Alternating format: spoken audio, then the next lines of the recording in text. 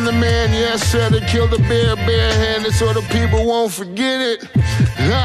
Getting money for I was legal to drink. I care what a broke nigga think. Just like the pack of Lewis. Look, everything I do so cold.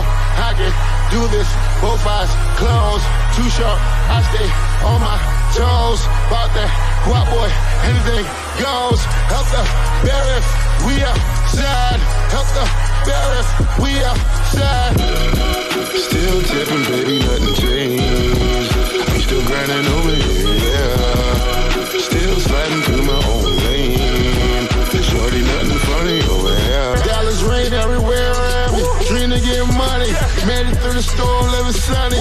Dreams came true, now we eating. I got more dreams to chase, gotta reach them. Trying to put a team together like the Hunger Games. Everybody grinding cause we all came from hunger pain. It's gonna be really, really real. Late kid at OneYoungsta, holding it down, bringing that street geek and nerd soul. What is up, my people? Today, all year, coming with another wonderful episode of That's Right, On Screen, We Chillin', NERDSoul holding it down. Not by myself, though, right over here. You know him? The all-time writing champ, 2016 through 21. Hannibal Taboo, what's up? I do be writing some stuff. What's good? Chillin'. We are here to get into Boba Fett. All right, chapter 2. All right, now we got some people coming in as well. In the second we got Ryan from the Nerdy Brew. We got Solar Gray coming through. But I wanted to start off with this statement. Because I think this is a show that probably would have been best served as a 2-part premiere. Is that a fair assumption? Or is that a fair statement? I do not disagree with that. I think you are correct. Yeah, because after seeing the second episode, I'm like, yo, this plays so much better. Way better than it did straight off top. Now, before we go any further, big shout out to the chat. Got Garance George up in here. Gio, you know what I'm saying? Like, look, we here. But good to see you up in the chat. I think, and I know everybody has their schedules, but I think this one helps the first episode so much you kind of need it. Because the first one, I think a lot of people were feeling like, hey, I'm not really sold yet. But then this episode, I'm like, oh, okay, cool, we here. And I think it's because these 2 episodes are such a, maybe not a closed loop because we don't know what the 3rd episode is, but it seems like these 2 episodes make a distinct story or a distinct beginning to where we are. And I think they cut themselves short by separating these 2. I have a mild counter proposal in that regard, and here would be my reference. That we're not actually reading the book of Boba Fett. We're reading 2 books of Boba Fett. We're reading post-Sarlacc rebirth Boba Fett. And we're reading Boba Fett, Nascent Crime Lord. They're not the same story, yet they're being jammed together like some strange Star Wars-related Reese's peanut butter cup. And I'm not really sure why. What I think would have served this story drastically better for everybody is if we had a literally chronological telling from Patton Oswalt's break out of the Sarlacc pit all the way up to wherever the story is ultimately going to go. Because if you do that, if you take out both Tatooine segments and slap them together as an episode, then you've got a complete story. If you take out both Crime Lord segments and slap them together, you have an episode later in the run. But to put them sprinkled between each other, I believe is muddying the water. Now, I presume there are storytelling reasons for it that Jon Favreau has, that he's hiding a reveal in the flashbacks that will be relevant to the other thing. But, I watched the original trilogy. I watched the prequel trilogy. I figured stuff out. It's a timeline because in the end, what's going to happen is somebody like Topher Grace is going to go back and recut all this chronologically, and we're going to be like, dog, that's the way you kicked that. Yeah, I'll get you, especially without knowing the amount of time between the two parts. Because we don't really know how far apart they are. Like we know it's the future, unless they said it and I missed it. We know that the Crime Lord part happens immediately after the events of The Mandalorian season 2, which puts it at 9 years after the Battle of Yavin. Okay. He can't have been in the Sarlacc pit longer than a day or two, or else he would have starved to death. True. And that is 5 years after the Battle of Yavin, if memory serves correctly. So there's a 4-year period between popping out of the Sarlacc that leads us to the new black under the armor Boba Fett. I'm partially Tusken vibe, which I'm totally feeling, which I love a lot. Yeah. But from a structure standpoint, that's my real belief that this is really 2 books of Boba Fett, and we're not reading them in order. Okay, I get you. So yeah, because we would have to. Yeah, you're right. All right, so Battle of Yavin. All right, so this is 9 years after that. But run the numbers. But Jedi was Endor. 5 years after the Battle of Yavin. So 5 years after. So we're looking at somewhere, maybe like 4 or 5 years after the Sarlacc pit, maybe. Because I'm trying to think of where Mandalorian's 4 years after the Sarlacc pit. Yeah. So all right. So four. So because it's when I'm watching, I'm like, okay, so how long? And I mean, I know they don't do this, but I'm like, it would help to be like, hey, these 2 parts are about 5 years apart to kind of like get that idea. But the story group has a timeline. There is a timeline out. The story group puts out a timeline. Word. Now I want to give a big shout out. We got Solar Gray in here and Rai the cool guy from RJ's Nerdy Brew stepping through in just a second. Solar Gray, say what's up. Hey, what is going on, guys? Mercury must be in retrograde because everything is crashing. I'm like, no, come back, little planet, come back. And RJ, what's up? What's up? I'm happy to be here. RJ's not wearing a hat. No, not today. I got a haircut. Thank you for noticing. I did. Shouts out to Gio saying maybe they should have dropped more hints that he would use lessons learned with the sand people in his current situation.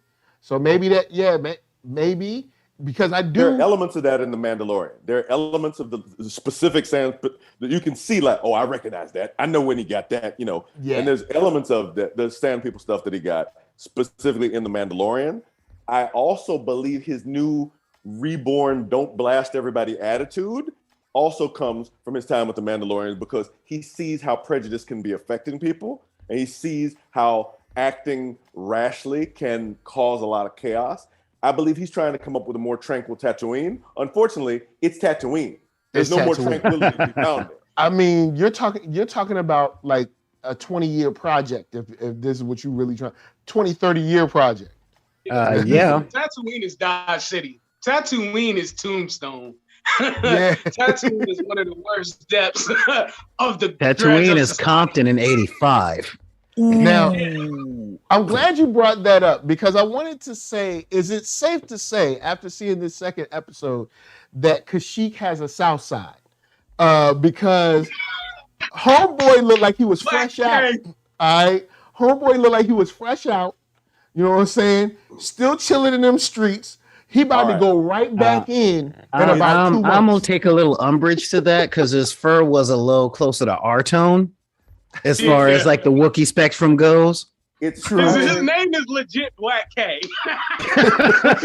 It's finally my time to shine, because if there's 2 things I love, it's continuity and timelines. And Black Chrysantan was, they created essentially a kind of dark side mirror, with Dr. Aphra being a mix of Han Solo and Leia, but with no morals, with Black Santan essentially being an evil Chewbacca, and they had the evil R2 as I forget what that droid was called, but 000 was the evil version of 3PO. And they're fantastic, and I love them all, and they're amazing. 000 is crazy. 000 is the wildest. So Black Santan has worked with Boba Fett before. They know each other really, really well. They know what each other's capable of in a major way. And Black Santan, being a Wookiee, he's going to live 300 or 400 years naturally. And he's everything that Chewbacca can do with none of Chewbacca's restraint. And yes, I said that way. So if you think about how little restraint Chewbacca has, Black Santan is a wild man. He's a wild dude. Lando did live. I'm just saying. So with all those things played into this, Black Santan being called on by the surviving members of the Hutts, because there might not be any more Hutts than twins. The council is essentially dead. They got murked. Yeah. So if they call they got murked in Clone Wars. Where did they get killed in? No. This was there's canonical stuff that after Jabba was one of the last of the Hutts, and then after Jedi, But Black Santan calling him is like, oh, it just got really serious. We need to call in this guy. This guy's out of control. Yeah. Because when homie rolled up, I was like, yo, I ain't seen this dude before, but this dude real. Like, he's from Dr. Afra. They introduced him in Dr. Afra. Gotcha. So he's like the Muslim in The Wire. I get what you're saying. Oh, yo, when Brother Muzone showed up? Brother Muzone. Brother Mundone. Mm-hmm. Okay. Mm-hmm. Because I was like, real. I'm like, all right, so what's okay, so this guy's kind of like Chewbacca plus. All right, I'm getting that. When homie stepped up, if I was one of Boba's people, I'd be like, yo, man, look, say the word, because he look real, son. He look real, and I don't know if we want to let this man live, like, because. Speaking of Black K. It's nice to see that the stuff from other mediums is coming into live action. I never thought as a reader I would see Black K show up in any type of live action stuff that they have. Then seeing the Pikes, seeing them live action. I didn't think I was ever going to see them come off of the page to screen or animation to screen. And how the show is developing is just and culminating all the lore that they have from Star Wars to just bring it to the forefront. So that's what I'm appreciating so far from this episode. I also, to back up what Ryan is saying, there's a few, from a logistics standpoint, there's a few characters that's easy to do it. Pikes are interchangeable. You don't know which one of them they are. Sure, run out the Pikes. That's easy. Black Santan, being a Wookiee, lives for hundreds of years. So you can drop him in lots of points of continuity and be fine with it. These are really good long-term choices for the franchise that are not franchise breaking, like Ashoka, who I'm still mad at for lots of reasons. I'm not going to get into that today. But we can have when that show comes on, you and I can have a whole conversation about we can all go head up on pay-per-view. Like, she's my favorite Jedi, but she's slowly not becoming my favorite Jedi because of the need to have her in everything. And, I don't know. I'm just happy Rosario Dawson's getting work. Person is involved in. I mean, it's all right. So I don't mean to be the voice of dissent here, but I am the only one on this panel that isn't neck deep in outside of movies and cartoon lore. Okay. I mean, I only read the first 3 Zahn books. All right. So I get the hype. I know. Like everything that I read back in the day has been erased. Like Arnold Schwarzenegger went into Disney. To just listen to though. Don't get me wrong. Oh no, we're talking like pre-audio books. I was too young to afford the tapes. I'm like, I turned them pages. Yo, right? Keep the audio book. Lando's voice is straight up. It's funny, but also good. But go ahead. But yeah, like I get the hype because I felt the same way. When I heard mention of Grand Admiral Thrawn, because he was my dude, okay? At least my dude for the Empire, all right? But I gotta say this show has shown some good balance because since RJ and I... RJ's keeping it real. Since RJ and I aren't on the same page where, I know for RJ, Star Wars is life. Star Wars is life. Yeah. I can't even comment on you, Hannibal, because for you, pop culture is life. Pop culture is life. Always Star Wars first. Always. Okay, Star Wars. see, I don't Star know. Wars holds a large place in my heart. Okay, see that's the whole thing. I was always more of a Whovian than any other sci-fi thing. So, and don't get me started on the new shows. But, so being that guy that's not neck deep, like I can't say I'm grandfathered in because I was there from day one with A New Hope. I mean, I saw it as a baby because I'm 13 days older than A New Hope. And seeing the Tridge in theaters, every single one, even though I was a peeing, pooping ball of need when the first one came out.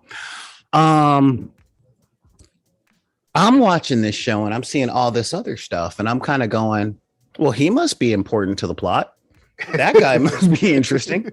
Oh, well, that seems fascinating. And I'm seeing everybody like when. Let's see. I started watching Clone Wars. I got bored. Then I skipped to Rebels. And I saw an older Ahsoka.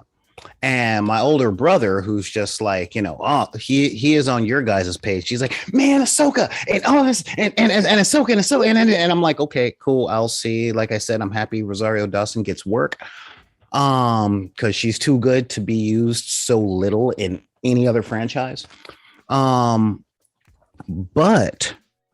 when I'm looking at this, and I'm again not being from the cult of Boba Fett, I'm going, all right, what's so good about this dude? I'm not quite getting it. One of the reaction videos I watched, just watch Return of the Jedi. So we're old, guys. Yeah, he watched it for the first time. I'll send you guys links on the down low. And I'm looking at everything that Boba did in Jedi, and I'm just like, yeah, no, it's exactly as I remember. That was not a shining moment. So to see this, this stuff, having not followed the Boba Fett lore, which was, let's face it, pretty retconned at the time that it was written. Okay. I'm kind of going, all right, this is a good retcon. This is working so well.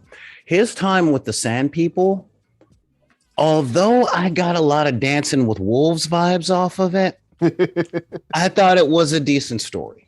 I thought it was a very decent story. My heart grew 4 sizes. When one, I like a good train heist. All right. That train heist was that was truth right there. When he stole the speeders, and brought them back and was like, no, these are mine. No, I'm gonna teach y'all how to ride. I'm like, all right, I'm in. Let's see what this happens. Because the idea of Tusken Raiders with just a little tech, not a lot of tech, just a little tech, like the historian in me was kind of going, that would be great if I could go back in time and give the Native Americans some off-road bikes and a couple of automatic weapons. Let's see what would happen on that. And but the little things, like they started showing it in the first episode, where we're going, but the little things that he was doing, not to ingratiate himself upon the culture, but to integrate himself into the culture, and then go, hey, I got a couple of things right here, and I'm gonna still be me. So the water is pretty much secured. The water is secured. Let's talk about these hostages.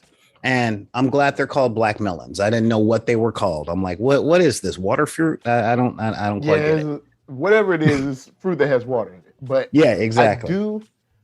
I'll talk about what Ryan brought up last time about there not being a lot of dialogue. Mm-hmm. I thought it was cool. I thought it was kind of okay last episode. I was like, okay, I get it. You know what I'm saying? They're trying to, break the barrier between one another and figure out how to communicate. But I really appreciated it this episode. Like seeing him, that's why I was saying, like, I think talking with Hannibal a little bit earlier about, like, I think these two should have came together, because now you see how they have like almost no communication to now there's like a little bit of communication to almost like fully straight up respect and understanding. And I was just like, I feel like these two cap off one another. Maybe. I don't know what happens next. But honestly, I will say that flashback had the perfect amount of dialogue. It really did. It didn't have too much, didn't have too little. And they were communicating, because nonverbal communication is still communication. Sorry, Okay. no talking. Sorry. Yeah, but that little nod when he made his sand people thing, I really appreciate. It was very, very Shogun, very daimyo type thing, where he had to make his own weapon, and the guy showing him how to wood carve and all that stuff, and him going into the tent and coming out with what would have been, these are my people clothing, but I'm an actor, so you got to see my face because I don't know what work I'm gonna have after the show wraps. But yeah, just that integration into the culture. And it got me thinking about a lot of the books I've read over the course of my life that had nothing to do with Star Wars. Where, remember last week, I'm like, is he this legendary dude because he's the one that survives, or is he this legendary dude because he comes in and wrecks shop? And it gave a very big nod to that classic literature thing. Like, that is what leveling up looks like. You know, he went in a prisoner. He survived being a prisoner for a little bit. They're like, all right, let me show you a little bit of our ways, because you're showing that you got half a brain, unlike the rest of these other prisoners. And, you know, he did his thing till eventually he earned his place amongst them. And I'm like, okay, all right, now I'm starting to see in Boba Fett what everybody has been talking about since Empire Strikes Back, because I haven't seen it. And I've got this thing with media where if I actively have to search as to why something gets the hype that it gets, then I'm not that interested. I've got things I'm more interested in. Poe Dameron. Sorry, go ahead. Yeah, exactly. Exactly. You know, especially, and this is the old man in me talking, when the real, I'm trying not to cuss here, but when the real BAMFs out there, the BAMFs out there, don't get their due. I'm talking. I see you, Wedge Antilles. You know, Wedge is all right. Wedge is the only pilot to survive all three movies that wasn't named Luke or Han. Okay. Yeah. Okay. There's other ones that survived, I guess, maybe. Yeah, tell that to Porkins. You know. Porkins wasn't gonna survive anyway. His cholesterol was too high. He wasn't gonna survive. It's true. It's true. He would have had a heart attack after launching those missiles. Nah, man, Porkins. I got a whole storyline. Porkins comes back. He's like, "Yo, man, look, the Empire is real. I gotta get in tip top shape." Homie starts going keto. You know what I'm saying? Hitting the gym. You know what I'm saying? Keto Porkins. That's your story? Keto Porkins? Yo, he goes keto. He starts doing push-ups and stuff, hitting the gym, cycling. Next thing you know, he's running laps at the air base. You know what I'm saying? And then he's running in soft sand with team socks. I don't want it. Well, he runs to the top of the volcano on Mustafar and starts jumping up and down. We'll leave it as that. We'll leave it as 0 good out of fan 10. fiction. Do not recommend. Mike. No. I'll get for us. Yeah, Mike. fan fiction. So yeah, but like I was saying, this particular finishing up that part of the flashback, I think was really good. And you posted something in our little group where we asked the question, "Are we going on this week?" With the fact that they did a real disservice not releasing both of these episodes at the same time. I think, like, seriously, that was a real disservice, because both of these episodes put together, they seem like one better than the Solo movie. Hey. Donald Glover killed it. Come on. Huh? I will say Glover did kill it, but the movie wasn't called Lando. It was called Solo. And we saw the Kessel Run, and I was passionately ambivalent at that time.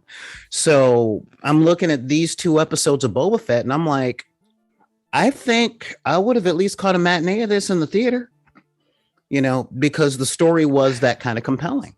I gotta say. So this is me giving props, guys. This is me saying y'all was right. I was wrong. To like Solo's credit, yeah. I've watched it since. There's parts of Solo that have grown on me that I do enjoy.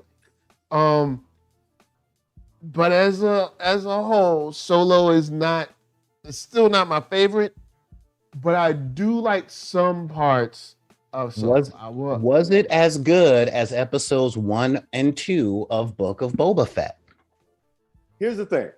I personally believe in a lot of ways, because there's a number of because don't get me wrong, I go hard for Solo. I go really hard for Solo, partially for the Beckett and Val story, which I thought actually had some surprising depths, partially for the development and the exploration of what happens to ground pounders through the Empire, the definite building of Kira into somebody, because she came from nothing, started from the bottom, and now she's here. And then also, literally, I don't care what else happened in the movie. The whole thing was like, wait a minute, you and Lando? Oh, it works. Like the L3 and Lando relationship, all of those things get carried. I don't even need Han Solo in the movie. I could fast forward through his parts and still think it's better than most things I've seen. I love that movie. That's the biggest problem with Solo, I think, is that Solo, if you pull him out, the movie still kind of works. And I think that's a problem for the movie, but for the things that happen in the movie, there's still a lot of good stuff. Like, okay, all right. Like the war scene. The argument that I'm hearing from you guys is Han Solo should have been pulled from the movie, and it should have been renamed Kessel. So that's all I'm saying. Okay. And this is coming from someone who thinks that Rogue One is still the best of the movies that's come out since 1984. I watch Rogue One every Father's Day. Every Father's Day. Like clockwork. Rogue One. I am not doubting that you do that, like at all. I can see it now. Hey, Daddy, happy Father's Day. You know what I'm doing. All right, we'll see you in 2 hours. Oh, they're with me. My youngest is with me. She'd be like, no, let's do this. Yeah, that's fair. Your youngest is a sci-fi head. So, but yeah, so I gotta say, real talk, like I am looking at Boba Fett the same way that that our other boy down in the South is looking at Hawkeye.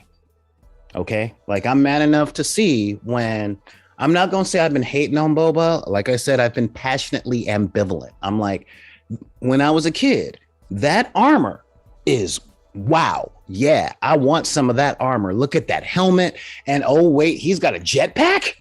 Because it is scientifically proven. There was a study at Oxford and at MIT that states everything is better with a jetpack, including jetpacks. All right. But as far as that particular character goes, I've been listening to hype for 30 years. And all I've been able to put together with the hype is cool looking dude from the movies. And he didn't do a whole lot. And, he got maybe 6 minutes of screen time between 2 movies, and he looked cool. He looked really cool.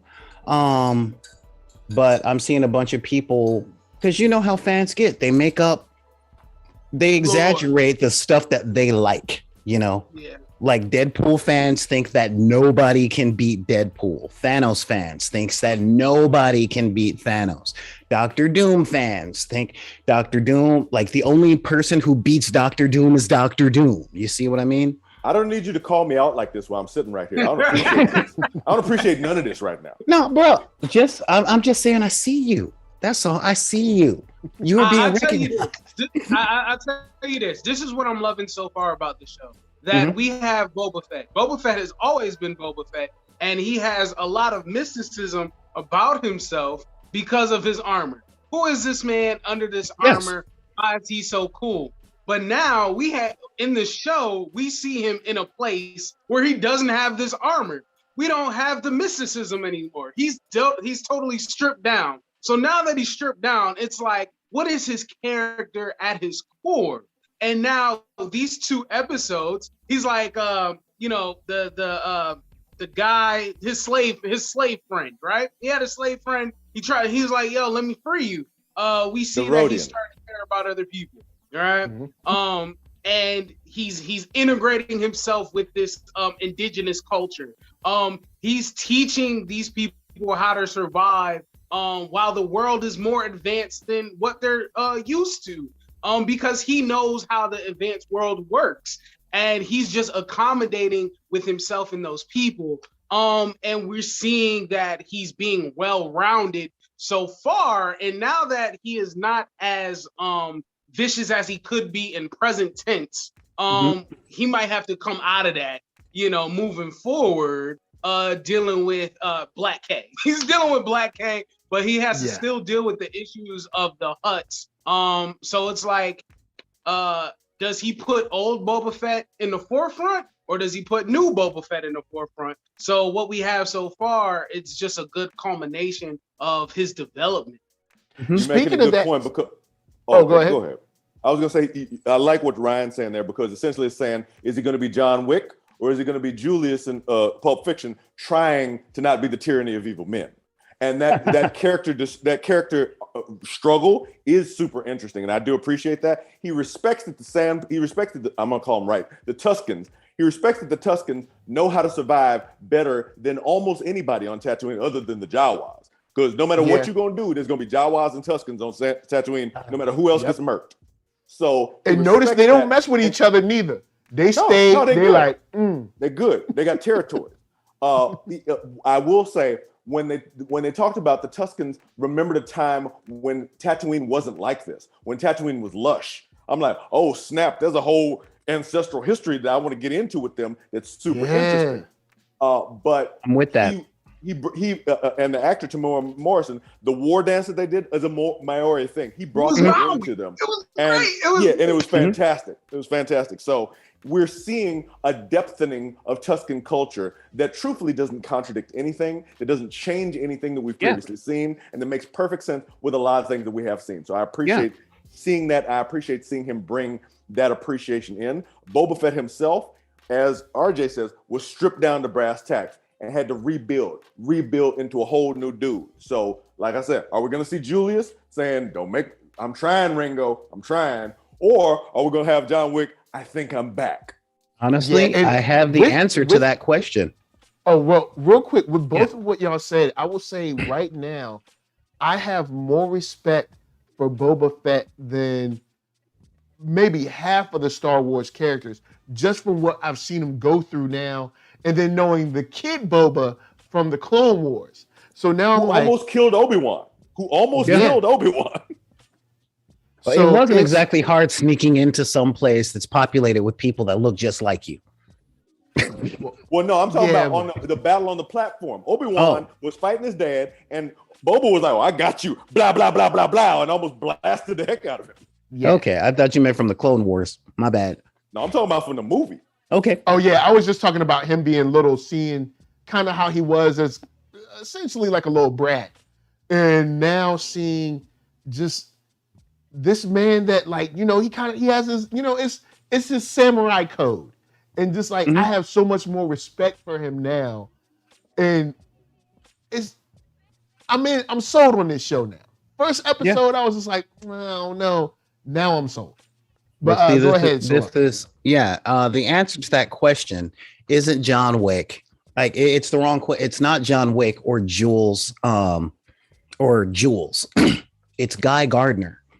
Because when Ryan brought up this thing of he got stripped down to nothing, it made me think a Green Lantern losing their ring. They lose all their stuff. Who are they? Why do they get this Guy ring? Though? I know. That's what I'm like. Of all the Lantern, Guy Gardner. Yes. No. I know. Simon Bass would have been a Follow me on this one. All right. Okay. Let's. Right, I'm real Dr. Kim Jong right now. I'm not feeling it. Hal was cocky. Kyle was insecure. Okay. John was cool but boring. All right. Sir, how dare you? before the JLA cartoon. He's a military No, man. before the JLA cartoon. How dare you? Sorry. Before the JLA cartoon, where he actually got some damn attention, the writers did not give him a whole lot. He had 2 freaking entire series, Bozak and another whole Green Lantern run. Yeah, I'm sorry. How dare you? His time with the controllers does not count as excitement as a Green Lantern. That's not what I'm talking with the Dark Stars. All right, when he quit the Lanterns and all that stuff. So hey, I'm sorry. I'm sorry to say it. I'm just as Green Lantern. I'm as angry.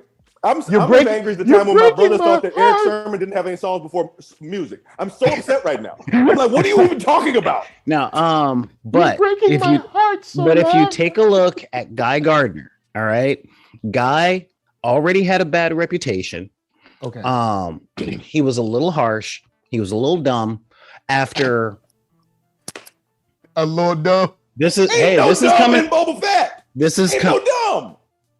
Oh, I'm sorry. So it was just accidentally that he got thrown into the mouth of a monster by a blind man who accidentally turned around. That was the Force. Everyone has a bad day at the office. Skywalker was manipulating the Force. That was the Force. He can't dodge the Force. Okay, sure. Either way, then he goes through this trial. He loses all of his gear and he buckles back down to being the man that he has developed over, regardless of his tragic backstory, regardless of his violent past. And he tries to be a better person, i.e., time with the Sand People, and then gets thrown into that. And now I see him being the head of the Red Lantern Corps. Okay, being the top of the chaotic good, circle. Are we going to consider Red Lanterns chaotic good? Oh yeah. Guy Gardner was never the head of the Red Lanterns. That never Yes, happened. he is. He's currently the head of the Red Lanterns. No, he's not. When did he take him over? He didn't. He joined them, and then he got kicked out by Atrocitus. He was never the dude. Don't try to tell comics to me, dog. Come on. Wait, you're telling me he got kicked out when Atrocitus came back? Because I recall him being in the Red Lanterns, being the head of the planet that they were, training Supergirl, and Atrocitus wasn't nowhere around. He was, and the Angel definitely wasn't in charge. That is not the way the comics played out. Okay, you know what? I'm man enough. That is not at all. I'm man enough to say that. I am man enough to defer that particular fact to you, but do you see where I'm going with this whole story arc thing? I kind of see where you're going, but are we going to consider the Red Lanterns chaotic good? Yes, absolutely. Atrocitus is okay. His name is Atrocitus. Yeah, he's bloodthirsty. Always. Ryan was like, "Yeah, I'm still more insulted with putting the ideas of dumb and Guy Gardner, because when you strip Guy Gardner down in every incarnation except Future State, which is the only time it was different. If you strip him down, you make him go through things, and he gets power. You know what he goes back to being? The exact same Guy Gardner, on purpose. It's a choice he purposefully makes that they've based in his childhood, growing up with an abusive cop father. They've based it in his character very, very thoroughly. So putting Guy Gardner on Boba Fett? No, that don't add up. The math don't check out. Hey, we can disagree. We can disagree. Now, all right. Another thing on the Tusken side. Quickly seeing how he made sure to not only show that he cared, but also was invested in being part of their culture. Not like, hey, I'm here today, gone tomorrow, but he contributed to he's like, hey, I went and got some water. Yes. Here I went and got some of this, and I brought this, and I saved this person, and blah.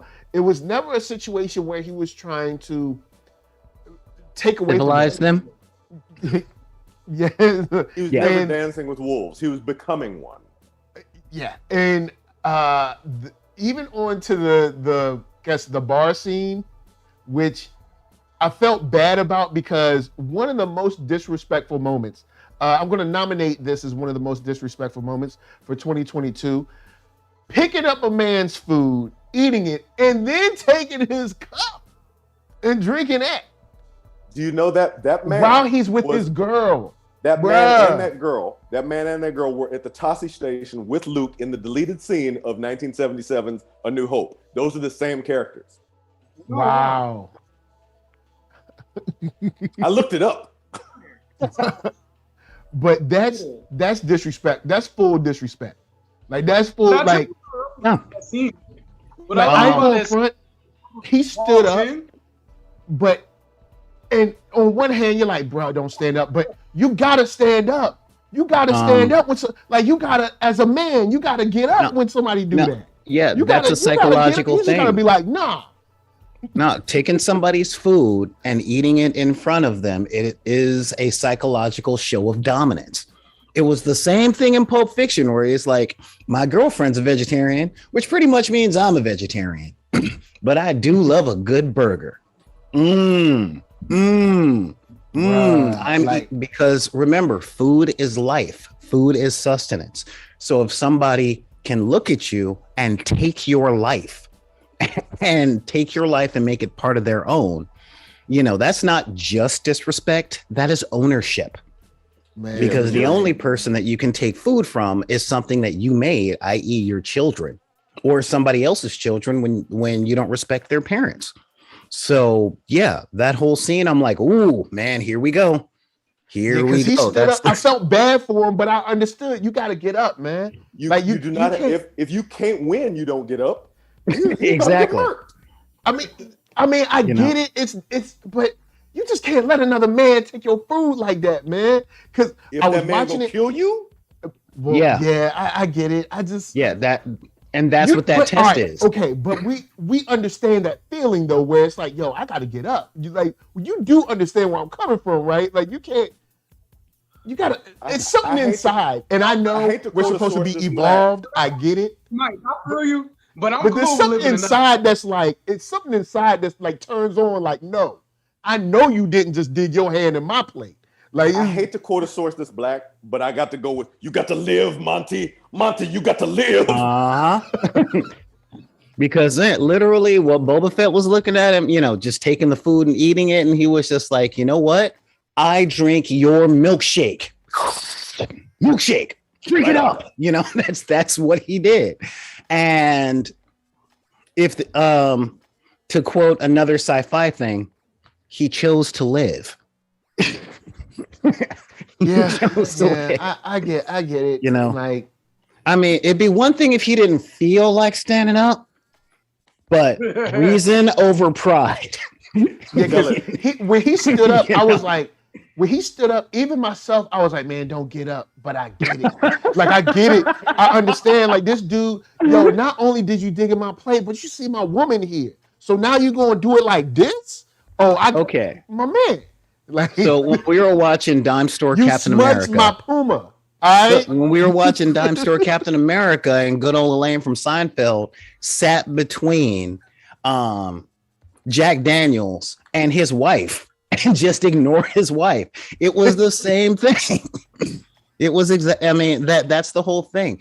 That's nonverbal communication and cinematic language for what? You really think that you were on my level? Like, you know, it's that the only way it could have been. Solar. Now you're talking right. The only way it could have been more obvious is if Boba Fett had looked him in the eye going, look at me. Look at me. I'm the daimyo now. I am the daimyo.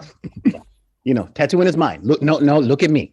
You know, that's it. I love that scene though, when he walked in there and he took on those three bikers or the crew of the bikers, his face was full of rage. Like, you took their food, you're here, and I'm here, and we're gonna make this work. He had the staff and he did everything, but his face was like emoting so much rage in that scene, and I loved it. I felt sorry for dude, but I like the retribution that Boba Fett did. Yeah. And the only thing we needed was the barkeep to be like. He did not know. I'm just gonna say. No, he didn't. All we needed was a spot of the barkeep being like, "You gonna tear up my club, ain't you? You gonna tear this up? y'all like y'all about to tear the club up. I already know this." Like, I mean, or like, is it just me or close the piano, Yeah. and be out. Be like, look, we out. Hey, is it just me or should there be like some sort of insurance agency for bar owners in bad neighborhoods? You know what? If you're willing to insure anybody on Tatooine, you going out of business. You know, because I'm Man, like, you gonna I'm have so many seriously, claims. because yeah, people walk into any cantina on Tatooine and somebody's losing an arm. Bikers are getting jacked for their bikes. If No, everybody walk here- in and got a gun, that's not gonna work. You can't get insured. No, they'll insure you because here's how the call goes. It's like, hey, yeah, you know, look, had a thing in the club. We're calling to get, you know, we want to submit this claim. Then they call you back. We've investigated the claim. See, yes, your club did get taken down, but see, I see right here you don't have Tuscan insurance. So you have the club. see, you have Jawas covered, Wookiees covered, but this had more than 3 Tuscans involved, which means that this is also a Tuscan issue. You don't have Tuscan insurance. Now we've crossed over from science fiction to science plausibility. Oh no! We just got sad. So you don't have Tuscan no. insurance. Now we will be able to cover 25% of the damage, which was covered by, but the other 75%, I'm sorry, we just cannot cover due to the amount of Tuscans in the event. So All you gotta see is evidently one this. Gattarafi. All you gotta see is one Gattarafi, and your claim is gonna get rejected. Wow. So that's cool. yeah, so evidently we just that's found out 7 how months after Tatooine you went from a submitted the claim. lush planet to Tatooine. Insurance adjusters and bureaucracy killed the land. Excuse me. I know that I came late. I don't know if y'all touched on it, but when they had the assassin of the Night Wind captive, and they put him in the tap with the With the Rancor? Rancor, Or the fake Rancor.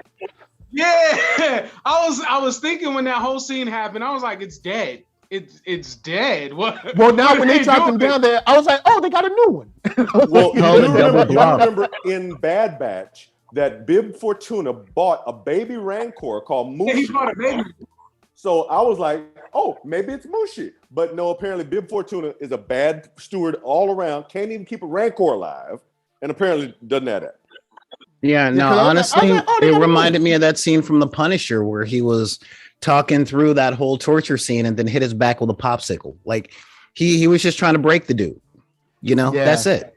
He was just like, I'm gonna throw you into this and you're gonna die horribly. All right, I'll talk. I know. Like that was real crime lord stuff right there. Yeah, And that was good. I had to give him the slow clap on that one because I'm like, oh, What I I've seen appreciated, this. though, is that they paid attention to the continuity with Star Wars, and they didn't forget that happened just, I don't know, 48 hours ago, 2 hours ago, whatever the case may be. That they still in That would line. have been 4 years before. That Yeah. was 4 years It was before that. 4 years. Yeah. It was 4 years. Because Okay. Return of the Jedi was 5 ABY, and this is happening 9 ABY. Yeah. All right. Okay. Which actually makes me wonder how rank must that place smell? I mean, It's probably not. It's not fresh. It's not fresh. You probably No, before you bring in the people to give tribute, you have some people clean it out. You work with stuff. Some I mean, Rancors are not a exactly lot, small. a lot of people. But whatever. Yeah, because Rancor poop is probably pretty big. It's like I'm If not you've concerned ever- about the if you've poo. ever I'm seen the end of concerned a about the parade, dead it's body probably of a worse. 2-story monster. Oh, yeah. well, I do know that the keeper who was crying, he Mhm. took care of the body because he'd raised that from the time it was really small. So Okay, he yeah. wasn't gonna let that body sit there and rot in the dome. Plus, it would stink up the throne room. You can't have that. Yeah. Can't have a few. You know what? I will say headcanon is that's what was happening back at Jabba's palace when they were on the boat. Like, you clean this up, we gonna take a drive. And I'm gonna throw these guys in the Sarlacc pit. But now Which means he's still alive. that we're in the present story, I got to give props to the mayor because the mayor definitely came off on some. I made you come to me. Yeah. You know what I'm saying? Like, he I definitely get a was lot like, of power plays in this. he was like, I made you come to me. Yeah, there's a whole lot of power plays in this, and that is what I wanted to see because I love watching politics that don't affect me personally. So I don't watch C-SPAN, but no, I do. I like watching powerful people be powerful and snippy at each other. Call it my my youth dedicated to reading all this classic literature, you know. So I'm going, all right, cool. So yeah, that whole episode, like last week, we were asking what do we want to see, and I'm like, I want to see more tete-a-tete with Boba and the mayor, because Jennifer Beals was like, or Beals of the Star Wars was like, look, I'm just trying to run my business. Look, you and the mayor need to figure out whatever, because the Hutts is still alive. She's the big yeah. bad. I'm like, don't trust her. Yeah. Okay. Don't get me wrong. There's whole documentaries about queen pins that run like different heroin and coke rings and stuff from South America and stuff like that. Trust me, there ain't no, in this world. There's no such thing as a weaker sex. Trust me. No, it's not even a matter of that. Trust me. Historically speaking, war has been three things: young men fighting, old men talking, and sex workers listening. That's all it's been. Okay, you go as far back as the Roman Empire, and the people who run the bars, that run the brothel, they know everything. They call it a honeypot in the CIA for a reason. Because when you that relaxed, soldiers love to talk. Uh-huh. And that's the whole thing. Information is ammunition, and she is the best armed character that we've seen on Tatooine so far. Yeah. So Hannibal and I are on the exact same page. She's the big bad. She's not just the big bad. She's the puppet master. I would not be surprised if she's the one that's working everybody against each other, so she can come out on top. See, I see her more as not the big bad, but the person that's kind of like, let me step back from this fight real quick. Who gonna win? Because whoever wins is who I'm gonna be down with. You know what I'm saying? Like, whichever one of y'all, like, I'm gonna sell guns over here and sell guns over there, and then I'm gonna see. All right, let me see. Oh, okay. I'm gonna lean over here because y'all ain't got but two people left. Like Canto by Junior. Canto by Junior. But when she brought up the Hutts, I was except no stuttering and a lot nicer to look at. So yeah. But when she brought up the Hutts, I was like, here we go. I was like, and who do you think called them? Solar, when you brought up how soldiers talk, it made me think of how in Game of Thrones, how the Unsullied was with the women in Marine. And then the Harpies were able to get their information and do what they needed to do. Bro, why do you think Littlefinger owned the brothel? Why do you think? Because in order to get some men, soldiers from politicians like to say, I know something that nobody else knows, pick me. So, Prince wrote a whole song about it called P Control. Littlefinger was like, I told you not to trust me. Seriously. And now, see, this is something that I know nothing about because I've watched 2 episodes of Game of Thrones. I saw the first episode and I saw the episode where you realize what the term Hodor is from. And that's it. Ooh. I know. Yeah, that was a tough episode. Moment of silence. Man, this is sad. Yeah, so you saw the first episode and then all the way to season 7. Ouch. Oh. You missed a lot. But forget Game of Thrones. I was over my boy Arcatron's house and he was watching it. I was like, man, this is sad. Yeah, but real talk, like not just Game of Thrones, but we're talking the Kennedy administration. We're talking, I mean, we're talking every single political thing. This is one of the reasons that if you know anybody who's ever gone to Russia for any political thing, the first thing that happens after they get through all the paperwork is they're sent to a hotel room and girls show up. This is just the whole thing that happens. So yeah, since she's Russia the one that controls, Russia know the deal. Yeah, same with China, same with the United States. Okay, again, the honeypot is real. Ask the USC football team. Same with USC. Right. So yeah, real talk. Since she controls that, if she's the one that's dealing information and weapons, if she profits from the daimyo and the mayor being at odds because they got to call in all those people gonna need somewhere to stay. So it is in her benefit to make sure that they are always going at each other. Sure, she's got to break off 10% to whoever the daimyo is, but if her machination gets everything improved 300 to 400%, what's 10%?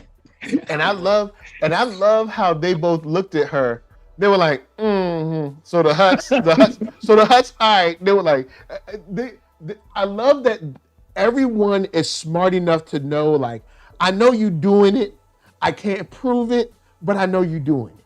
Like, I know, like, and then you go to the mayor and he like, So you're just so altruistic about, thank you. Yeah. Thank you so much for, and this is where this sci-fi show goes into the areas of story that I love. This is what's got me in on it. Shouts to the realisticness or whatever of the Hutts being carried. If you paid attention, those guys were always like shifting and moving to kind of keep them up. I was like, don't you drop. Look, you drop it if you want to. All right. I thought it was just a running gag. Because it's like, oh, I'm sorry, I didn't see your little whatever it is they call litter. It, kitty. Yeah, I didn't see your litter, so I didn't know you was here. And I'm like, oh, here we go. But it's a different biology, man. The Hutts don't exactly move well on their own, regardless of what the enhanced edition show. You don't want to see a Hutt walking from his ship. That's not what you want to see. That's because dude was wiping himself off with like an animal. Dude, I thought, and and he threw it to the side. And especially not on Tatooine, it's all sand. It's coarse and it's rough and it gets everywhere. And let's face it, Hutts are giant slugs, so that's got to be uncomfortable. It's got to be like crawling across the beach when you just get out the ocean. So no, carry them. But Boba can walk. But I still don't understand in general how the Hutts came to power, being how they are. You think like, oh, somebody else would come to power because they got the speed on them. A reference that you're not gonna get. They drink and they know things. Moreover, and I again, luckily the story group, there's people who literally sit all day and like, what stupid questions are the fans gonna ask? Let's go fix that. So the Hutts came to power first by they're a massive Hutts. They're these massive slug things just rolling on and murdering fools, right? That murder turned into drugs. Yeah, they're drugs slow. Turned into money. Money turned into people. People turned into guns. And then you got a crime syndicate going. Well, see, first you get the money, a little quicker than we then think. you get the power. See, man, the Hutts, they just came in, but they're all like the Blob from the X-Men, right? So they came in going, I run this place. Pew, pew, pew, whatever. What? Who's the daimyo? Whose is this? It's yours. That's right. And that's it. Shouts to little drummer boy to know exactly when to start and stop. All right, because he was like, doom, doom, doom, doom, doom, doom, and he was like, all right. Yeah. And once he finished talking, he was like, all right. Doom, doom, doom. What I would have loved to see is his rehearsal schedule. Yeah, he had a rehearsal schedule, so this ain't new to him. Yeah, it's true. Don't start drumming when I'm still talking. Hey, you know what? Those are the benefits of having one job. He's got one job. One job. That's it. Lazy bumper clock. He's literally sitting up going, look, when he ain't talking, I got drumline. When he talking, I shut up. That's how I live. I got 3 kids, Quaid. Drummer boys, they're like, all right, cool. You at Grambling State. All right, cool. No problem. All right. So all right. All right, and this guy was from Jackson State. Okay, all right. So let's see what you got. Oh, then they have a drum off and then they shoot the loser. Yeah. Shoot the loser. I'm seeing the Joker. Like he just drops 2 drumsticks in the middle of the room saying, I only got room for 1 drummer. Make it quick. And then he leaves. Oh, that's cold. But yeah, that whole Crime Lord.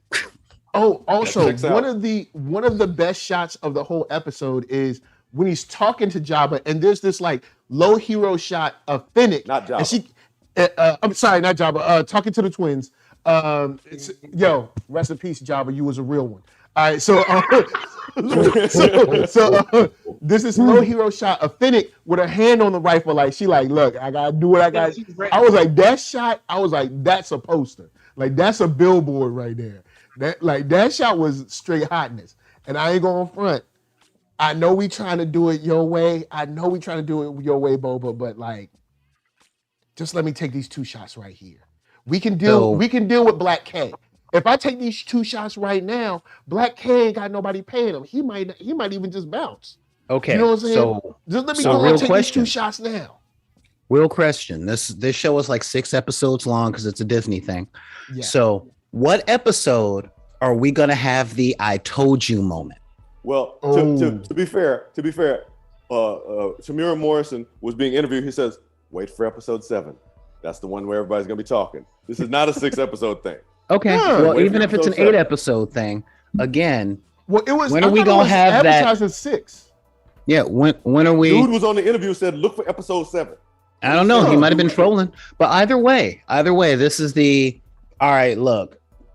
I live on Tatooine. I've survived a bunch of stuff. I'm saying kill them after their 3rd sentence, and you trying to be all magnanimous and stuff.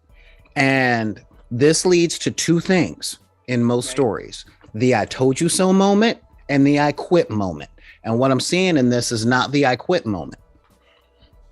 I see this being the "I told you so" thing coming up. So I mean, going to war has its pluses, but then also paying off the cops or paying off the, whoever, has its moments too. I don't know. Because, okay, we don't know how many Hutts are left or how many Hutts care, because we do know that there's some Hutts that don't care about, being part of the family.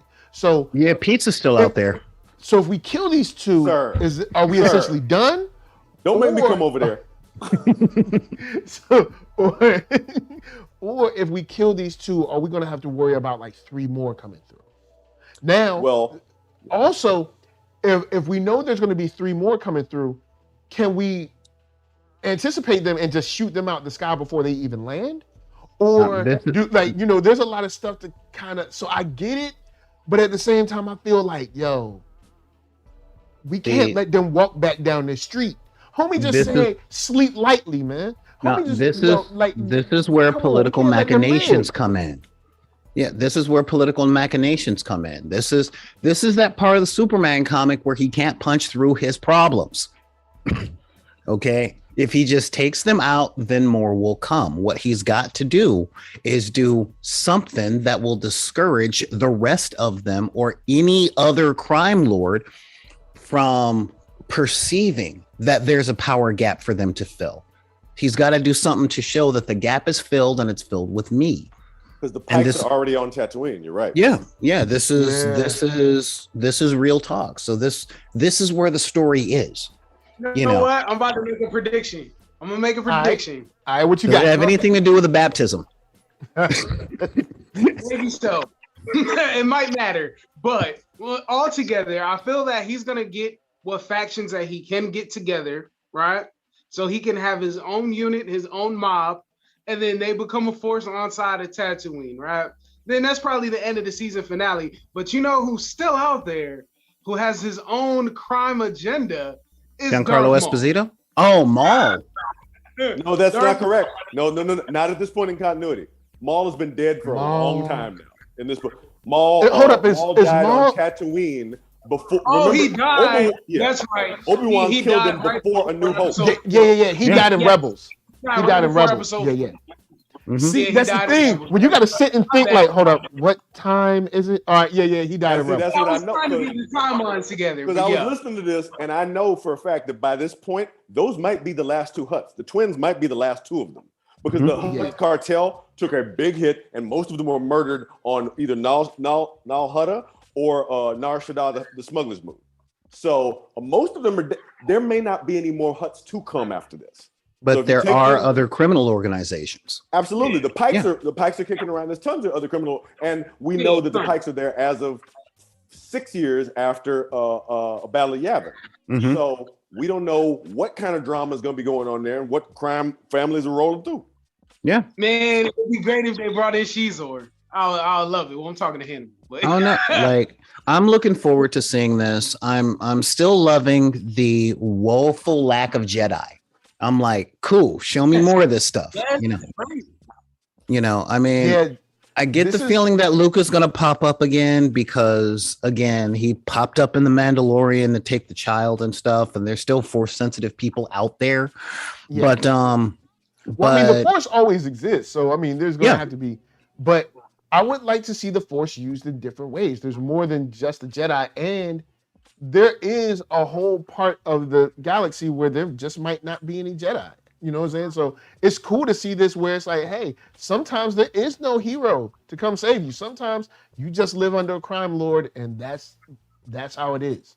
You know That's what I'm what Bill Burr said in The Mandalorian. He said he talked about the real lives of people throughout the galaxy that don't Yeah. care if it's the Empire or the Republic or whoever, because their lives are ultimately going to be the same. It doesn't really matter. yeah, Um, I mean, they just want to be fat and happy. Historically speaking, though, if there's one thing that we've learned, when a Skywalker leaves Tatooine, he's almost never going to come back. Yeah. So I don't know. He came back once, and it didn't go well. It didn't go so well for him. He had a not lot for of Boba problems. Fett. I mean, yeah. we do have an opportunity. I don't know if it's their way, but you do have an opportunity to call in the Tuskens maybe to help. But I don't know if it's really their way to get into that Honestly, type of gangster stuff. But I mean, given they the sorta, fact that they have you know, those 2 episodes, they very much are Chekhov's civilization. Boba's already got an army. He just hasn't realized it yet, in the same way that Luke, Leia, Han, and 3PO ended up having an army of Ewoks. yeah, I mean, because the Ewoks, mean- man, shouts to the Ewoks. They came through with the old school ingenuity of hunting and trapping. bro, They were able to, take down Okay. some serious heavy Can I- heavy artillery. can I say something about those guys in the first place? They might have been cute little teddy bear things because Lucasfilm couldn't afford that many basketball players, but they are terrifying. they Yeah, were going to eat them. Yeah, And what happened to all the bodies of the stormtroopers? Number 1. Oh, they got 8. Number 2, all them traps that they had set, like if you look at stuff logistically, that should have taken months to put up, which means those Ewoks already had it set up. That was just Tuesday for them. Yeah. They got logs clapping on things for flying animals and bear traps and punji sticks and whatever it is that you want. Like, I know they were supposed to be based on the Viet Cong and stuff like that, but real talk, you don't want to mess with those guys. And Nah. what we're showing in and especially this episode was that you don't want to mess with the Tuskens either, because nah. they are very Bedouin. After the train heist, where Boba was like, single file, you go that way, you'll get there in about a day. We ain't got water. You can have a cup. Bye. And then he said, this is Tusken space. You can pay them to transmit through. You'll be protected, but you're gonna have to pay to come through here now. And it's like, honestly, he tried to come out like, yo, man, we was just trying to protect ourselves. Bruh, you came through here shooting. Like, they won't even think about you, bruh. You came through here shooting. Like, And specifically the line, you have thought to they go were through beneath here. you, and now they caught you slipping. Yeah, well, specifically the line of, you got to go through this land the way they go through this land. So it's like, you're going to walk a couple of miles in their shoes, so you learn some respect because it will be paid. Like, these are people, and you going to live like people, not like your little colonial ways with your trains and your pollution and all that stuff. You go live like them, so you learn to respect them. Get to stepping, you know. And then they popped the water plug and they were like, yeah. We should find out where that train droid went, because that dude was really dangerous and ingenious and is wandering loose in the desert. I'm just gonna say dangerous and genius because he was smart enough to get out.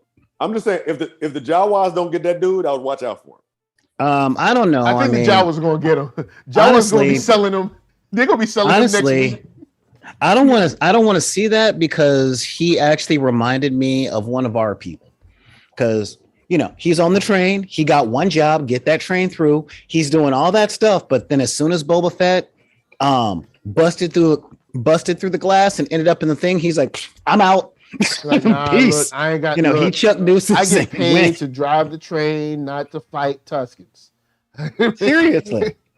Like, that could have been a whole horror movie scene for him, but he did what our people would do in any horror movie if we weren't the first ones killed in Act 2. Oh, yeah, nope, he in. Bye. All right, your train now. I'm out. And top dollar train scene. I gotta give it. Look, Disney, they spending some money. All right, they spending some money. Just like when only they had it. If only they had the money. You know what I appreciated about these first 2 episodes is that we got involved with the Tuskens, and what we know from A New Hope in episode 2. It's like we shouldn't really care that they got slaughtered at one point. They're just mindless, hunter gatherers that are out there. But then you have these 2 episodes, and even in The Mandalorian, where it slows down, where these are people that know how to communicate. They have a culture that they're just living and breathing, and they exist. And while I was watching, I was like, dang, I used to hate them, but now I have to know, like, I shouldn't hate them as much as I did because they're living people. Like, that's crazy. Well, so the one thing that I appreciate about the what we're calling the sequel era, that we're going past the Lucas era, is that we realize that, first of all, the rebels were complete jerks in every possible way. They were colonialists in their own way. Yeah. The Republic was as bad as the Empire in its indifference, whereas the Empire was just oppressive. The Republic was like, I don't give a crap about you. And through all that, the people that we called heroes growing up were pretty much European-style colonialists. So basically, screw all of that and screw all of them, and I'm good with that. Well, one of the things I'm appreciating, and this is me giving a shout out to Disney. Y'all know how to hire the right people. Is all of these shows that they're doing, the Marvel shows, the Star Wars shows, you can see that the mission statement is we are putting these shows together to give better context to the properties. Looking at exactly what Ryan said with the with learning a whole bunch about the Tusken Raiders and seeing their culture, seeing that there's people, seeing that there are children, and that their children, much like our people, they're not exactly children. They're little adults being trained to be bigger adults and stuff like that. That gives bigger context to what Anakin did, because now we understand why Hayden Christensen was like, I killed them all, even the children. I hate them. And it's like, whoa, bro, now you go in dark side. You are really going dark side, because watching part 2, he just came off as whiny, and we didn't quite get the gravity of what he was going through internally, and it's like, okay, I get that they killed my mama, but they still people, which was the thing that Turn into the Dark Side was supposed to represent. But given the only places that we've seen the Tuskens before was in A New Hope, when Obi-Wan scared him off, and right before Anakin killed them all. That's the Phantom Menace. Oh, yeah, I forgot about the Phantom Menace. I'm sorry, that's a hard thing to do. But, I forgot about the Phantom Menace. So we've only seen them in the context of the quick brutality that they show to these colonializing powers. We don't know anything about that. And in this one, we see them, and thinking back to Anakin killing them, And why did they attack Luke? Because it's a young little Nazi boy walking through our territory. We know what happens when y'all show up. So, given the context that they're showing us, it makes the movies a whole lot richer. And you can see that the mission statement was, let's put more context to the movies in the same way that the Marvel stuff does, with jumping in more to the world and to the characters. So I think that is really, really wise. Like, knowing that this is the book of Boba Fett, the expectation is, let's learn more about Boba Fett. But the fact that the writers are going, let's show more about this universe and expand upon this character by expanding upon their place in this universe. I think that's really good writing.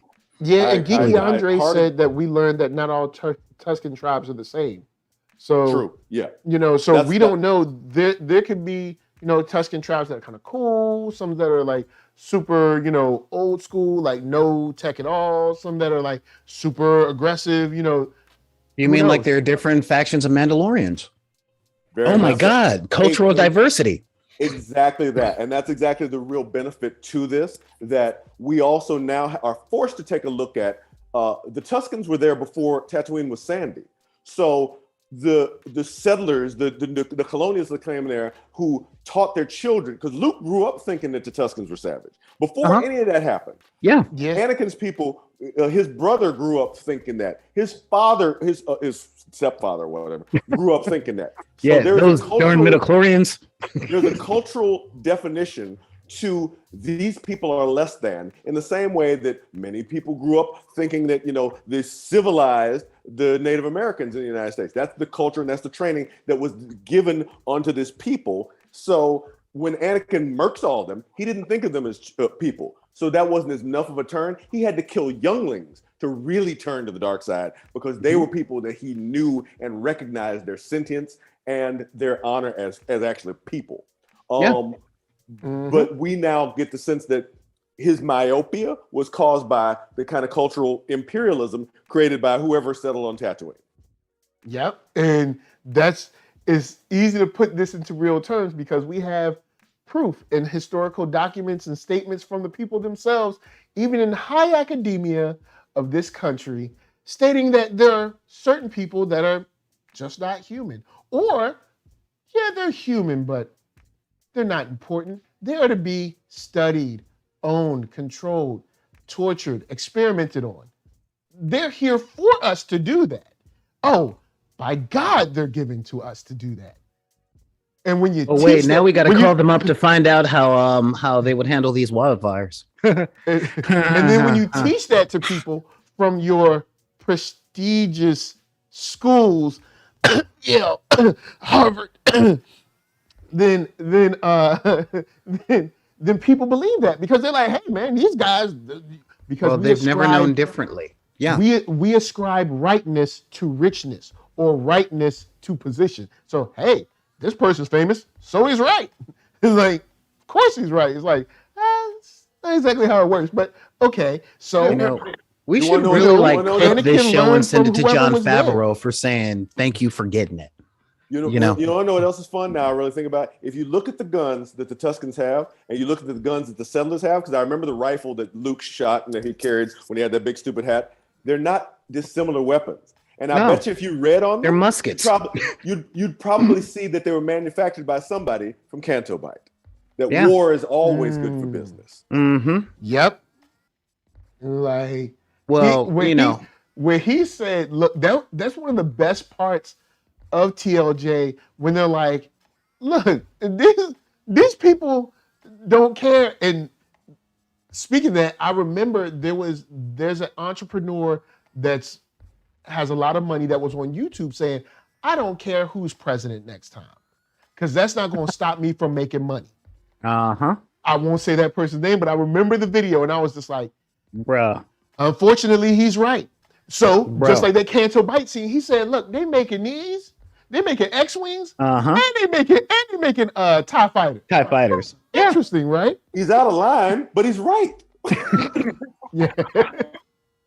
It's like, It's like these people don't care. They out here rolling dice while you're dying in the dirt. These people don't care. Oh my God. One of my favorite lines is this. War doesn't even exist to them here. There's this rap group called Common Market that has this line, says, your whole tribe subscribes to the Weyerhaeuser mentality. Weyerhaeuser is a company that does logging in the Pacific Northwest. And their philosophy is that one tree replaced by 3 is mathematically sound. So he said, so while you're busy digging holes in the ground, they're back at the factory making paper. Mm-hmm. And I was like, that's the way the metaphors are layered on here with this. But yeah, I mean, that's again, that's real. I remember I was watching a documentary myself, and the guy was like, yeah, 9/11 was a tragedy, but as those planes went in, I'm like, oh my God, gold is going to go up a whole bunch on the stock market. And it did. And I made lots of money. And I'm like, yeah, that, I hate to say dollar bills, but but yeah, I mean, that's the whole thing. The financiers in wartime are the only ones that win. Which brings us full circle back to Jennifer Bills. This is right. This is exactly why I'm like, oh, wow, she's really pretty. Oh, wait, that was Jennifer. Oh, yeah. No, she bad. She's like, I definitely don't trust her. I see her as an opportunist. Whoever's in control is, you're the best. Oh, look, I've got your back. No problem. The only person to trust on this whole show. I'll try to help you out. Now, the only thing you can trust on this whole show, this entire show that I have seen so far, is the Lizard Mastiff. That's it. I don't trust nobody else. Marines? What about my Marines? You can trust them. You know what they're gonna do? Nah. He's a nah. Keep in mind, this whole show is a retcon, so no, we don't know. The only thing that I'm willing to put my trust in is that dog creature, because anybody could do anything. So yeah, but I don't even trust Boba. I don't trust Boba Fett. I'm looking at this from third person omniscient, and I'm just like going, nah, man. Nah, I don't trust it. I don't trust that Boba's gonna be all magnanimous forever. I don't trust that his right hand man ain't gonna shoot him in the head when she tired of dealing with him trying to be magnanimous. I don't trust the mayor. I don't trust. Again, I guess I grew up reading way too many political things having to do with like historical politics and stuff like that. But yeah, no, man, I'm sorry, because I don't see Boba not giving away his shot. I don't trust nobody. Boy. It's a crime drama. All right. Well, all right. Final thoughts, Ryan. Final thoughts on this episode. As a total, it was a great follow-up of episode 1. I loved how Boba Fett got incorporated within the Tusken Raiders. I love seeing the Pucks, the Pikes. I love seeing Big K. He's been a fan favorite of mine. Got into the comic books. I love how vicious he is, and I love that we're gonna see him live action at some point. Put in some work. So the totality of the episode, and then still seeing these huts of the twins, it just adds another layer of expanding the story of what drama is coming forward, or what we're gonna have. So all in all, this was a great episode, and the first half of the show of the Book of Boba Fett. So I'm loving it. Word up, Hannibal. Like Ryan, I appreciate a lot of the elements that we are able to see here. I do want to reiterate my belief that I would prefer a chronological retelling, straight from out of the Sarlacc all the way up to whatever he's ultimately going to become as a crime lord. I feel you on that one. A clearer way. I don't need to see half of the things as flashbacks. I'm not a big fan of that. But I do appreciate. I do appreciate some of the things that are happening here. I do want to see the expansion of Jennifer Beal. I do want to see Black Santan. I definitely want to see a lot of these things develop. I'm where I was just whelmed before. I'm definitely above whelmed. I'm not all the way to overwhelmed now. I'm not like too much Star Wars yet. No, I'm not there yet. but I'm in a good place with this, and I'm happy to keep watching it. And I'm very happy to see this series proceed. I'm so happy to see the heavy cultural elements played into this and depthen and richen the experience. All right, Solar.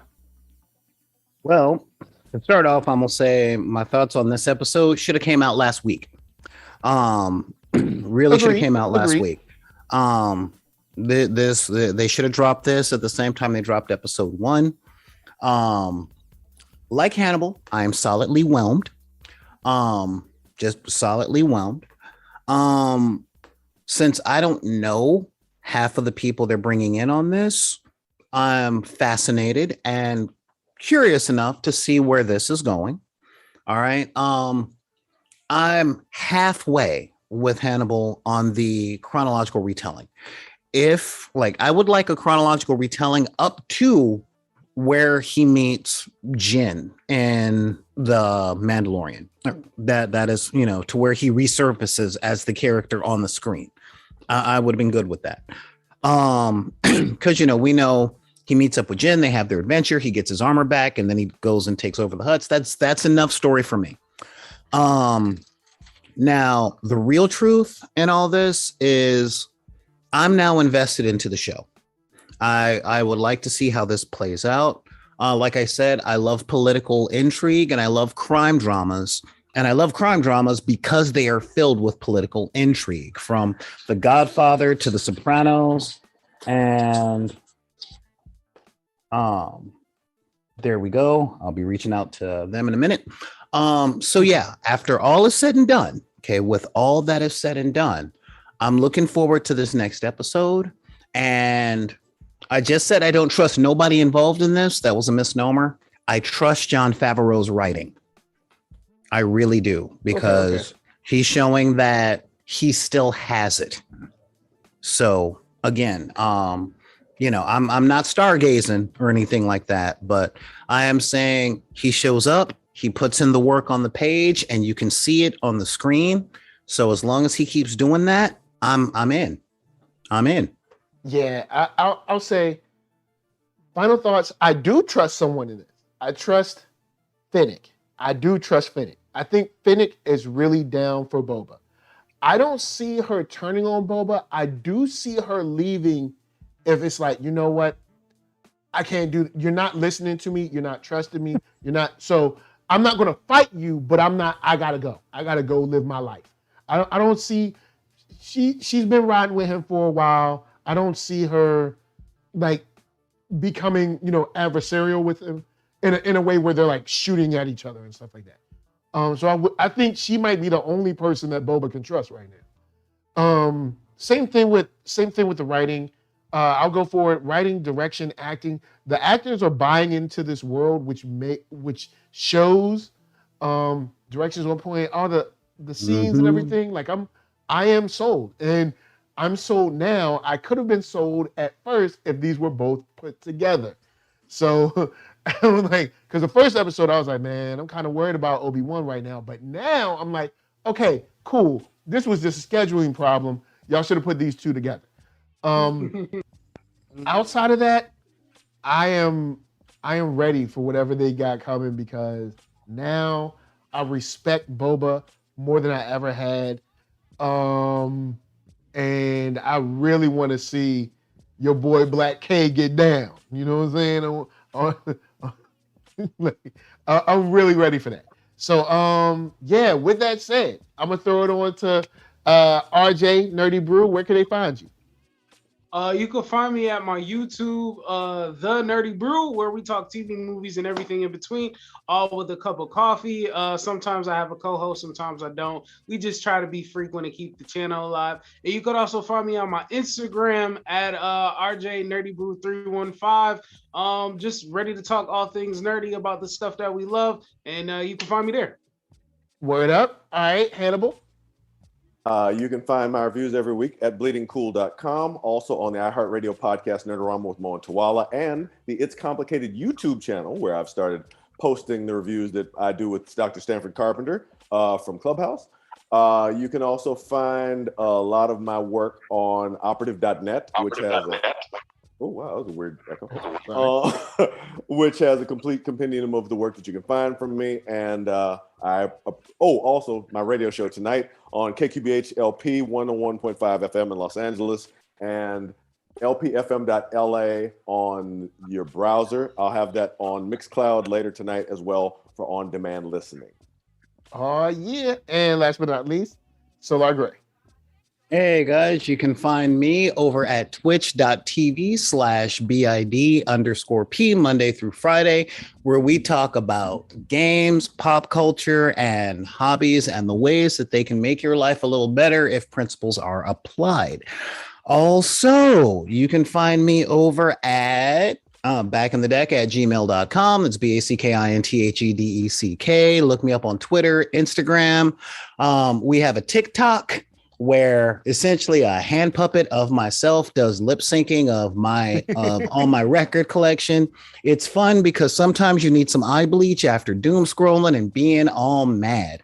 You can also find me at Back in the Deck or Solar Gray right here on YouTube. There we have replays of all of the live streams, a couple of instructional videos, movie reviews, and of course the RPGs that I run online. So check it out. And if you are on that wretched hive of scum and villainy known as Facebook, you can join Deckers on the Book, where we talk about this type of stuff all the time and show us pictures of what you're making, give us reading recommendations, hint, hint, nudge, nudge, where we can have all of these discussions, not arguments. It ain't about winning. It's about learning from each other. So that's where you guys can find me. Gotta sharpen those debate skills. Gotta learn the Guy Gardner's not actually leading the Red Lanterns. Here we go. I'm gonna just start calling you Pitbull because you're just like, you said something wrong that one time. You have to challenge the idea that Red Lanterns are chaotic good. Yeah. That we'll have to. You know what? I want to hear that argument. Make that argument. I'm interested. Go send me an audio file because I from what I see, a whole bunch of dudes that be wilding out. But and ladies, not about and ladies. Yeah, and it's not just about ladies wilding out. And a cat. It's what they accomplish while wilding out. Okay. It just comes down to, is the universe a better place after they're done? And more than 60% of the time, the answer is yes. Okay, I had to go back and look at some stuff. But of course, NERD, SOUL, Facebook, Instagram, Twitter, all those places. Hit the thumb, comment on it, share this to your people. We look, I wouldn't ask you to do this, but look, algorithm don't be liking black people like that. So check it. Look, I need your help, all right? Because YouTube ain't gonna help. You know what I'm saying? YouTube sees this color on the face, they ain't trying to help it. All right. So look, right here, you know what I'm saying? Just share it to one person, and then they'll share it to one person, and then they'll share it to and they'll tell two Actually, people. And then while you're on that, some of my people at the office let me know that YouTube has had some dark-haired monster inside there saying if people's videos don't get liked and subscribed and shared, they're gonna be sending out this black-haired monster on two legs with a bunch of space weapons to go take out those smaller channels. You know, we don't need that. Yeah, no, we don't. We don't need a bounty hunter Wookiee coming out. Through. Can I assist you? The executive producer's here. All right, so Miles has also come along to say what's up. Say what's up. Hey, what's up, man? Say how you doing. Nothing. No, ask them how they say what's up. Nothing. Anyway, we out. We got PL Parker Lewis. We got Peter Parker Lewis. We got Arcatron. Peter Parker Lewis got our album. Yeah, he got a new album, Help the Bear Part 2. Hit the bear, because bears like everybody's saying it. Anyway, we out. Until next time, which will be. We got Peter Parker Lewis. Yes. And Arcatron. Mm-hmm. And Arcatron got a new album too. No, Arcatron doesn't have a new album yet, but there's a new song. But that's a whole nother thing. We got to keep down the low. He ain't letting people hear that yet. Did Anwar? Do you take Anwar? What? Do you take Anwar about the rug? Anyway, guys, look. No. This kid. If y'all don't subscribe, you ain't gonna see moments like this. That's all I'm saying. This kid needs a rug. It's already been ordered. There was a flooding situation. It's not happy. You know what I'm saying? Like Abbott Elementary, yeah. Yeah, but but this kid has got another rug on the way. It'll be here tomorrow. All right. It'll be here tomorrow. Yes, it'll be here tomorrow. So anyway, yes, you're gonna have a rug. Yeah, and the front, the side. We love all y'all. Peace. Say peace. Peace. Say love all y'all. Love all y'all. Say we out. Peace, brother. Man. We out. Bye. Oh man. I'm the man, yes sir, that killed the bear barehanded so the people won't forget it. Getting money for I was legal to drink. I care what a broke nigga think. Look, everything I do so cold. I can do this, both eyes closed. Too short, I stay on my toes. About that guap boy, anything goes. Help the bear if we outside. Help the bear if we outside. Still tipping, baby, nothing changed. I'm still grinding over here, yeah. Still sliding through my own lane. Shorty, nothing funny over here. Dallas rain everywhere around me. Dream to get money. Made it through the storm, living sunny.